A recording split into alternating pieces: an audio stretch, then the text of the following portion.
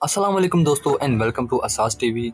क्या आप जानते हैं कि जब इसराइल के वज़ीर आज़म नेतन्याहू को एक इंटरनेशनल सहाफ़ी ने ये पूछा कि दुनिया की वो कौन सी 3 बड़ी ताकतें हैं जिनसे सबसे ज्यादा इसराइल को खतरा है, और उन्होंने जो जवाब दिया आप ये video मुलाज़ा फरमाएं। The greatest threat right now that Israel faces. Foreign threat.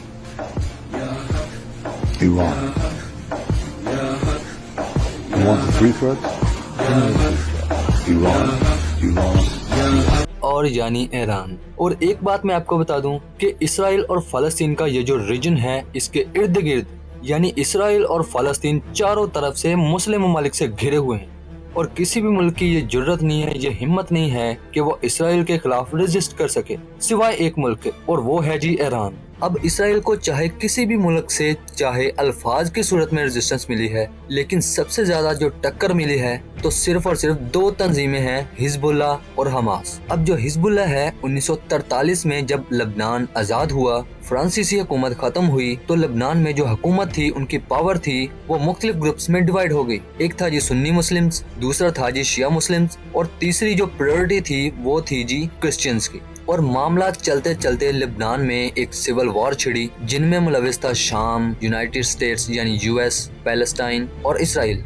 और 1975 से लेकर 1990 तक ये जंग जारी रही, और इस वक्त तक जो हिजबुल्लाह तंजीम थी ये इतनी बड़ी हो चुकी थी कि इसने पूरे लेबनान पर कब्जा कर लिया। अब जो सुन्नी मुस्लिम्स थे वो तो शिया मुस्लिम्स के साथ थे, लेकिन जो क्रिश्चियंस का ग्रुप था वो इसराइल बन चुका था। और जिस दिन से इसराइल बना है उस दिन से लेकर अब तक हिजबुल्लाह वो वह जमात है जो इसराइल को रेजिस्ट करती आ रही है। अब लेबनान तो कोई एटमी ताकत नहीं है, लेकिन बिल आकर उनके पास भी अपनी फौज है, उनके पास भी कुछ ना कुछ इक्विपमेंट्स हैं, हथियार हैं, टैंक्स हैं। अब हिजबुल्लाह इसराइल को मुसलसल रेजिस्टेंस देता आ रहा है। अब बात करते हैं जी हमास की। 1948 में जब अक़वाम मुत्तहिदा में एक अमेंडमेंट पास हुई जिसके मुताबिक इसराइल फ़लस्तीन को 2 हिस्सों में डिवाइड कर दिया गया। एक हिस्सा था जी गजा की पट्टी जिसको हम फ़लस्तीन बोल सकते हैं, और दूसरी थी जी इसराइल, और दूसरा हिस्सा था जी इसराइल। अब जब से इसराइल बना है तब से लेकर आज 2023 तक इसराइल ने फ़लस्तीन का तकरीबन 50% से ज्यादा हिस्सा अपने अंदर जम कर लिया है।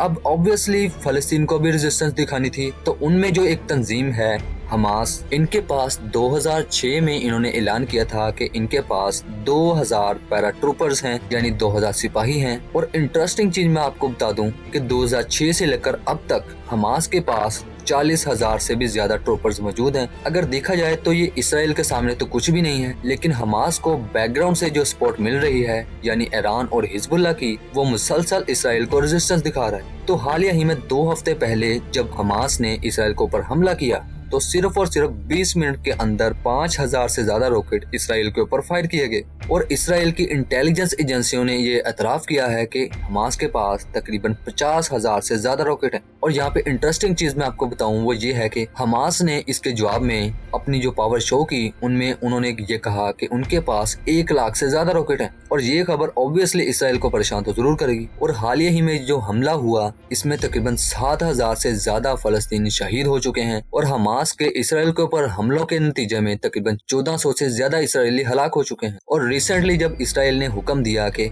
हमास जो है वो गजा को खाली कर दे, अगर आपको ना पता हो अब गजा में तकरीबन 20 लाख से ज्यादा लोग रहते हैं, और गजा को खाली करना तकरीबन नामुमकिन है, क्योंकि दूसरी तरफ से मिस्र ने भी ये इनकार कर दिया है कि वो गजा के लोगों को नहीं रखेगा, नहीं पनाह देंगे, और गजा के लोग आखिर जाएंगे कहाँ। तो ये सुनकर हमास ने अपने हमलों में तेजी दिखाई और अपने कुछ पैरा ट्रूपर्स को इसराइल के ऊपर लैंड करवा दिया, और उन ट्रूपर्स ने इसराइल के तकरीबन 7 से 8 जगहों को अपने कब्जे में भी ले लिया और उनके लोगों को भी यरगमाल बना लिया। खैर ये तो थी एक साइड वाली बात। और इंटरेस्टिंग तौर पर हमास ने एक चीज दिखाकर इसराइल को सख्ते में डाल दिया कि उन्होंने एक वीडियो जारी की जिसमें साफ साफ हमास ये दिखा रहा है कि उनके पास तकरीबन सैकड़ों किलोमीटर लंबी सुरंगें हैं जो कि जमीन से 20 मीटर नीचे हैं। जी बिल्कुल, आप यहाँ पे देख पाओगे कि ये जो सुरंगें हैं ये तकरीबन काफी सेफ हैं हमास के लिए, और यहाँ पे सिर्फ कुछ दिन नहीं या कुछ महीने नहीं बल्कि कई सालों तक यहाँ पे रहा जा सकता है। और हमास के सिपाही ऑब्वियसली इन सुरंगों के जरिए इसराइल के ऊपर हमला करते हैं। यहाँ पे आप देख पाओगे कि इन सुरंगों के अंदर बिजली का भी इंतजाम है और रहने का भी इंतजाम है, और आप देख पाएंगे कि दीवारों के साथ कैसे इन लोगों ने रॉकेट्स जो हैं वो चिने हुए हैं, और वो लोग किस तरह यहाँ से रॉकेट ले जाकर लॉन्च करते हैं। अब हिजबुल्लाह और हमास के पीछे ईरान खड़ा है, ईरान इनको स्टैंड बाय कर रहा है, और ऑब्वियसली ईरान इनको असला भी फराहम कर रहा है।